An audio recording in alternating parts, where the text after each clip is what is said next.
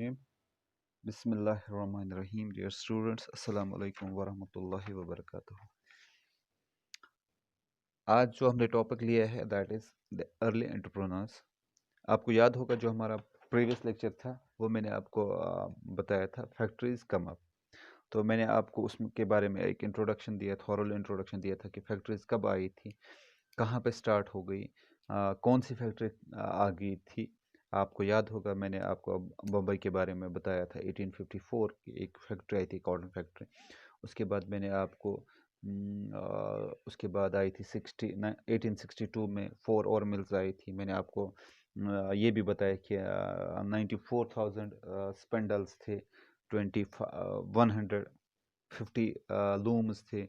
मैंने आपको उसके बाद बताया था कि जो जूट मिल आई थी 1855 में, बंगाल में आई थी। उसके बाद मैंने आपको कुछ और फैक्ट्रीज आई थी। तो एल्गिन मिल का मैंने बताया था आपको, अहमदाबाद के बारे में मैंने आपको बताया। लास्ट में मैंने आपको क्वेश्चंस 3 छोड़ दिए थे आपके लिए, वो मैंने आपको बताए थे कि आपकी बुक में है who set up the industries, किन्होंने इंडस्ट्रीज लगाई, why did the capital come from, capital कहाँ से आया, पैसे कहाँ से आ गए, who came to work in the mills, और मिल्स में किन्होंने काम शुरू किया। तो 3 क्वेश्चन, और जो पहले 2 क्वेश्चन है who set up the industries, Y did the capital come from, तो वो 2 क्वेश्चन का आंसर हम इस जो टॉपिक जो आज हम पढ़ने जा रहे हैं इसमें हम देखेंगे।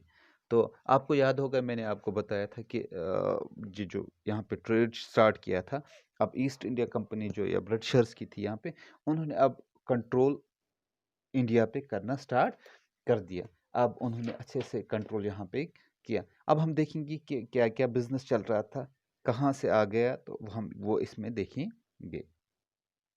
द अर्ली एंटरप्रेन्योर्स,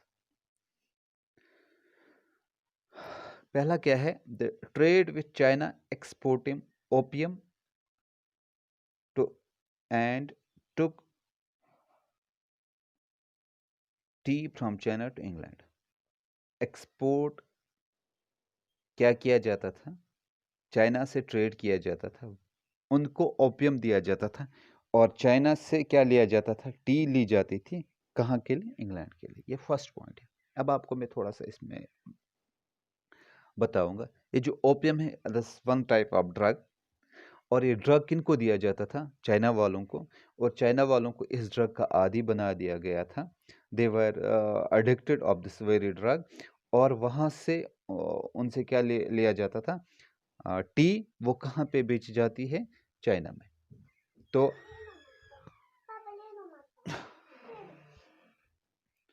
तो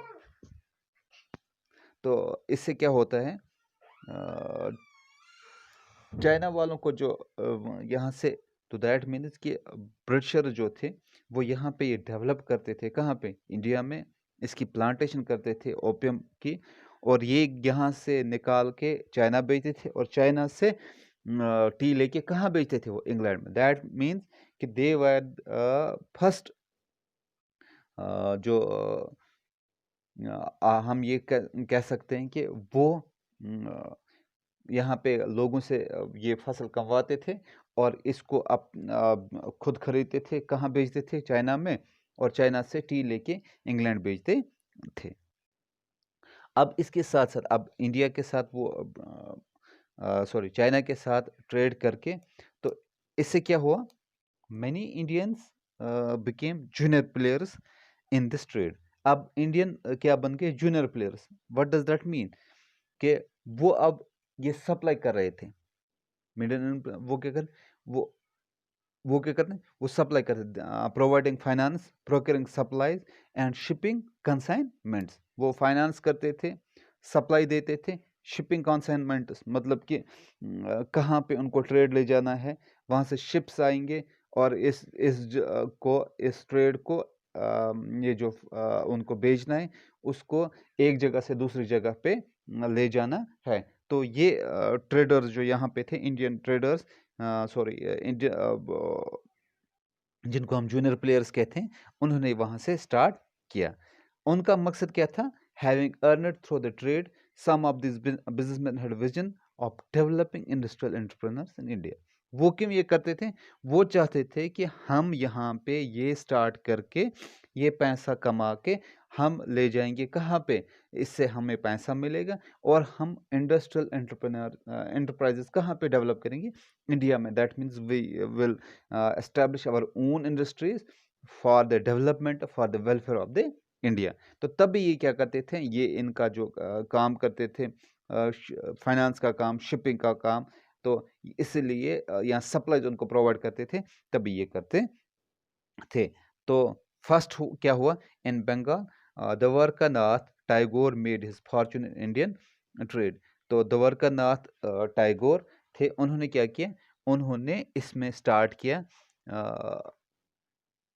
उसने क्या किया, उसने इंडस्ट्रीज बनाने से पहले छोटे से setting up 6 joint stock companies in 1830 and 1840।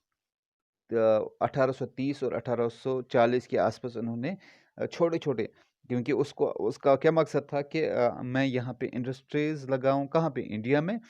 और उसने क्या किया, उसने उससे पहले इंडस्ट्रीज इन्वेस्टमेंट करने से पहले उसने setting up 6 joint stock company, छोटी छोटी कंपनीज उसने बनाई, ताकि वो जो इंडिया ट्रेड कर रहा था कहाँ से, यहाँ से चाइना के साथ, वो चाहते थे कि हम भी उनके साथ ट्रेड करें, तो इसलिए यहाँ पे उन्होंने फैक्ट्रीज बनाई। तो उससे क्या हुआ, Tagore's influence sank along with those of others in the wider business crisis of the 1840, but later the 19th century many of the Chinese traders became successful industrialists। तो ये थोड़ा सा कामयाब नहीं हुआ। उसके बाद क्या हुआ, बम्बई में पारसी कम्युनिटी के कुछ लोग, जिसमें दिन साव पेटिट एंड जमशेद जी और नौसेवान जी, टाटा ग्रुप जो आज आप देखते हैं टाटा, तो उन्होंने क्या किया, उन्होंने built huge industrial empires in India. तो इन्होंने कहाँ पे, इंडिया में इसमें इंडस्ट्रियल एम्पायर्स डेवलप किए। तो ये क्या करते थे, ये एक्सपोर्ट करते थे चाइना को, क्या चाइना को यहाँ पे ज़्यादातर क्या था, दे एक्सपोर्ट कॉटन। हाँ, तो apart from raw cotton specific to England. तो चाइना एंड इंग्लैंड को ये क्या करते थे, एक्सपोर्ट कॉटन। कौन, ये जो बम्बई में पारसी कम्युनिटी के लोगों ने कुछ इंडस्ट्रीज, ह्यूज इंडस्ट्रियल एम्पायर्स बनाए थे, वो क्या करते थे, वहाँ पे इनको कॉटन सप्लाई करते थे। अब आपने देखा कि फर्स्ट जो यहाँ पे इंडियन एंटरप्रेनर्स थे, वो कौन थे, बंगाल में द्वारकानाथ टैगोर। इन्होंने फर्स्ट टाइम पे क्या किया, इन्होंने यहाँ पे इंडस्ट्री का इनेकाद किया। उसके बाद आप ये भी देख सकते हैं कि ये आपको शॉर्ट आंसर में भी आ सकता है।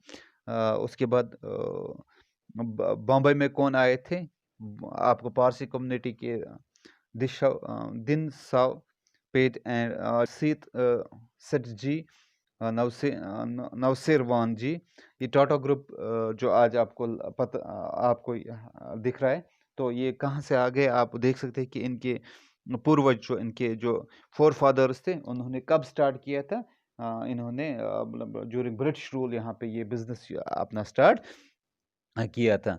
तो उसके बाद क्या हुआ,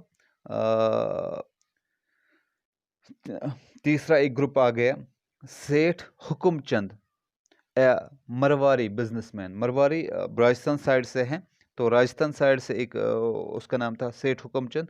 उसने क्या किया, उसने first Indian jute mill, first jute mill in Kolkata. कहाँ पे उसने स्टार्ट की, कोलकाता में 1917 में। तो उसने क्या किया, उसने भी चाइना के साथ ट्रेड किया। So did the father as well as grand father of the famous industrialist G D. Birla. जो बिरला ग्रुप है, उसके जो ग्रैंडफादर थे और उसके जो फादर थे, बाप और उसका जो दादा, उन्होंने भी क्या किया, उन्होंने भी उसी time say that very period उन्होंने भी स्टार्ट किया क्या, जूट फैक्ट्रीज वहाँ पे उन्होंने स्टार्ट किया। अब आप देख सकते हैं कि आपको पता चला कि फर्स्ट क्वेश्चन का आंसर आपको याद आ गया, हु सेटअप द इंडस्ट्रीज। आपने देख लिया कि किन्होंने इंडस्ट्रीज स्टार्टअप की, बम्बई में किसने की, बंगाल में किसने की, यहाँ पे किसने की, कोलकाता में किसने की। तो अब आपको पहले आंसर का ये आंसर मिल गया। अब दूसरा क्वेश्चन है, where did the capital come from. तो कैपिटल कहाँ से आ गया। अब हम अब जब ये आप पढ़ोगे, मैं डिस्कस करूंगा आपके साथ, तो आपको ये क्लियर हो गया इंशाल्लाह। तो Capitals was accumulated through other trade network. Capital कहाँ से आता था, ये बाकी चीज़ों से आता था। कैसे, तो जो मर्चेंट्स थे मद्रास, वो कहाँ जाते थे, ट्रेडेड सॉरी वो कहाँ किन के साथ ट्रेड करते थे, बर्मा के साथ, जो आजकल म्यांमार के नाम से जाना जाता है। और उनको कुछ लिंक्स हुआ करते थे किन के साथ, middle east and east Africa के साथ। तो इनका काम क्या कर, तो ये कमर्शियल ग्रुप्स थे जिनके साथ ये ट्रेड करते थे, जहां से ये पैसे लाते थे क्या, इंडस्ट्री सेटअप करने के लिए। तो दैट मीन्स कि कैपिटल कहाँ से आता था, इंडस्ट्रीज आपको समझ आ गया कि इंडस्ट्रीज किन्होंने सेटअप की। अब कैपिटल कहाँ से आता था, जो ये ट्रेड करते थे किनके साथ, बर्मा के साथ और मिडल ईस्ट और ईस्ट अफ्रीका के साथ। तो इनका क्या ये डायरेक्टली इन्वॉल्व डायरेक्टली इन्वॉल्व नहीं थे कि जो एक्सटर्नल ट्रेड था, जो कारोबार, वो उनके साथ डायरेक्टली इन्वॉल्व नहीं थे। लेकिन वो क्या कर, दे ऑपरेट क्या, carrying goods from one place to another. ये चीज़ें ले जाते थे एक जगह से दूसरी जगह, ट्रेड होता था इंडिया के साथ। उन्होंने banking money, transferring funds between cities and financing traders. तो ये इनका काम। अब आपको क्लियर हुआ कि कैपिटल, ये जो इंडियन इंडस्ट्रियलिस्ट से ये बाकी जो कंट्रीज थे उनके साथ ट्रेड हुआ करता था। तो वहां से इनको ये पैसा मिलता था इन्वेस्ट करने के लिए, फाइनेंस करने के लिए, कैपिटल जो उनको वहां से हासिल होता है। तो आपको ये क्लियर होगा, दूसरा क्वेश्चन भी क्लियर। लेकिन अब लास्ट में जो मैं आपको बताना चाहूँगा, अब इंडियन ट्रेड बढ़ गया as the colonial control over Indian trade tighten, the function of Indian traders become difficult. लेकिन अब क्या हुआ कि कॉलोनियल जो पावर था वो इंडिया पे, जो उसने जो पूरी गिरफ्त जो की थी, किस पे ग्रिप बढ़ा ली थी इंडिया पे। अब जो इंडियन ट्रेडर्स यहाँ पे थे, जो ये बिजनेस करते थे, जिन्होंने इंडस्ट्रीज सेटअप की थी, अब उनको क्या हुआ, उनका काम मुश्किल हो गया। अब उनको कैसे मुश्किल हो गया, क्योंकि डायरेक्टली तो जो ब्रिटिशर्स थे वो उनको काम करने से तो नहीं रोक सकते थे, हाथ पकड़ के तो नहीं रोक सकते। लेकिन उन्होंने क्या किया, इन्होंने टैक्स उन पे लगा दिए। किससे कि अगर 10 रुपये उनको टैक्स पहले हुआ करता था, अब उन्होंने बढ़ाया, अब 50 रुपये उनसे टैक्स लिया लेते थे। तो जिसकी वजह से उनको प्रॉब्लम्स फेस करनी पड़ती थी। तो उनको क्या होता था कि जो एक्सपोर्ट रॉ मटेरियल करते थे वहाँ पे, एंड फूड ग्रेन्स, जैसे बाकी चीज़ें जैसे कॉटन, ओपियम, वीट, इंडिगो, तो जो ब्रिटिशर्स के को ज़रूरत हुआ करती थी, तो इनको क्या हुआ, इन्होंने ब्रिटिशर्स ने वो मोस्टली उस पर अपनी कंट्रोल बढ़ा दी। और वो जो ट्रेडर जो थे, जो खुद बाकी जगहों पे जाना चाहते थे ट्रेड करने के लिए, उस पर उन्होंने कंट्रोल लगा दिया। तो इससे ये क्लियर हुआ कि जो बिजनेसमैन यहाँ पे थे, उन पे थोड़ा सा असर पड़ गया, थोड़ा सा उन पे असर पड़ गया, जो उन्होंने इंडस्ट्रीज यहाँ पे सेटअप की थी उस पर असर पड़ गया। अब आपको क्लियर हुआ होगा जो हमारा प्रीवियस जो क्वेश्चंस थे, who set up the industries, why did capital come from. तो अब जो नेक्स्ट हमारा क्वेश्चन होगा, who came to the work in this mills. तो वो हम नेक्स्ट जो हमारा लेक्चर होगा उसमें हम देखेंगे, why did the workers came from. तो वर्कर जो थे वो कहाँ से आगे, वो हम नेक्स्ट लेक्चर में देखेंगे। तब तक के लिए आप मुझे इजाज़त दीजिए। अल्लाह हाफिज़।